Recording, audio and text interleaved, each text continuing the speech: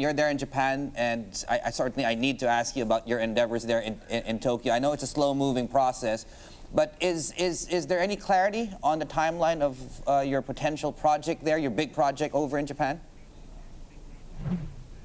Hey, first of all, good morning and thanks for having me. It's exciting times in Japan right now because it's really been a 15-year journey for Melco. And 2020 is really going to be the year when the integrated resort moves forward. And so we're very excited about that. I'm in Japan every week now. I spend about a month and a half, 2 months of the entire year here. So we're really getting ramped up for next year. Yeah, I mean, the competition for this has obviously heated up. You're competing with the likes of Las Vegas Sands, for example. How are you going to differentiate yourself in this whole process here? I know Yokohama you've chosen as the city of choice here, but what's going to really distinguish yourself from the pack? Well, I think really the difference for Melco has always been the fact that we are a 21st century company. We're very different from most of our competitors in the industry. And we focused on premium quality, and we've always had partnerships. So every single project that we've ever done in any country, whether it's in Australia, Macau, the Philippines, Cyprus, has always been in a harmonious partnership with a local partner.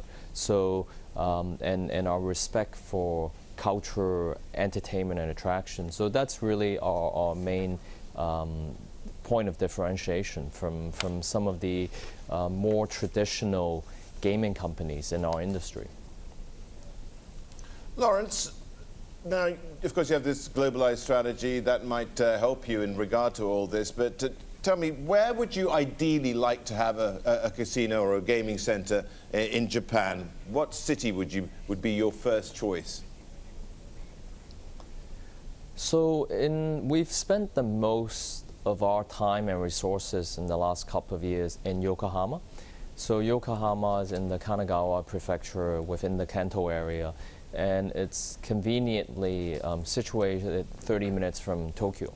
And it's very close to the Hanada airport. So we feel that, you know, it's always been a lifelong dream of mine to build a resort in Japan. And I like to believe all of the amazing award-winning resorts that we've built globally has been really leading up to this showcase. So to build the greatest and most amazing integrated resort in the world in Japan, I think really needs to be situated in a city where the infrastructure and accessibility is there. And that's why we've declared that we are Yokohama first. Our main and only focus is on developing in Yokohama. And our view is that a resort in Yokohama will cost at least $10 billion US, and will have some of the latest technological advancements in terms of smart cities, sustainable. I'm in Tokyo talking about ESG today, and so it's really about how do we build integrated resorts based on those standards. Tell me, Macau, what's the year been like? I mean, the first annual decline I think we've seen for a while there, 3 years. How bad are things, and do you expect a recovery looking ahead? Well, so for Macau, year to date right now, the market is down about 3%.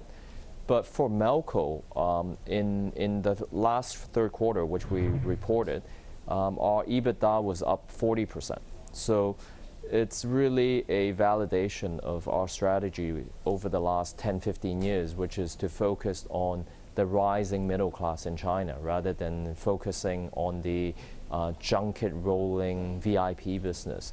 And so whilst the market is down, we're enjoying a record year. So, and I'm bullish for the future as well, because with the integration of Macau into the Greater Bay Area and the massive infrastructure improvement projects that have been years in the making but are coming to fruition with the beginning of the Hong Kong-Zhuhai-Macau Bridge last year. I think the future of Macau really as the tourism capital within the Greater Bay Area is solidified.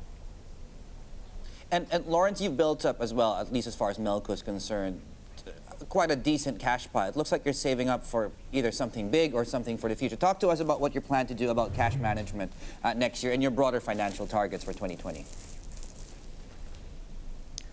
Our focus, of course, is always going to be on our organic growth.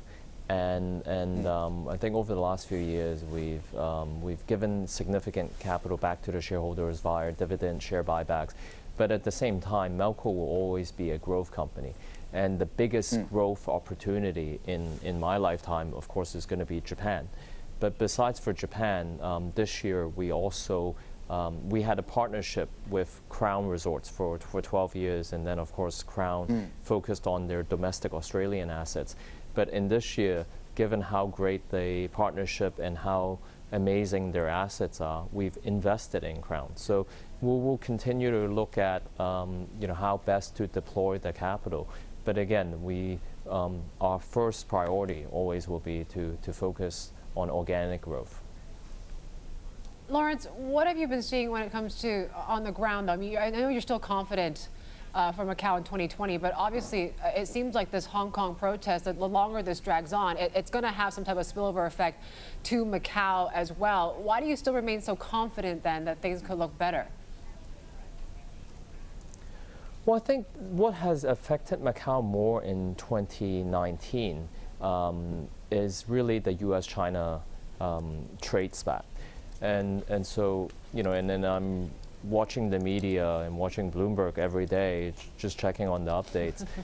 So hopefully by 2020, if there is a first stage deal done, I think that would do significantly for consumer confidence in China. And so I think that gives me hope certainly for 2020.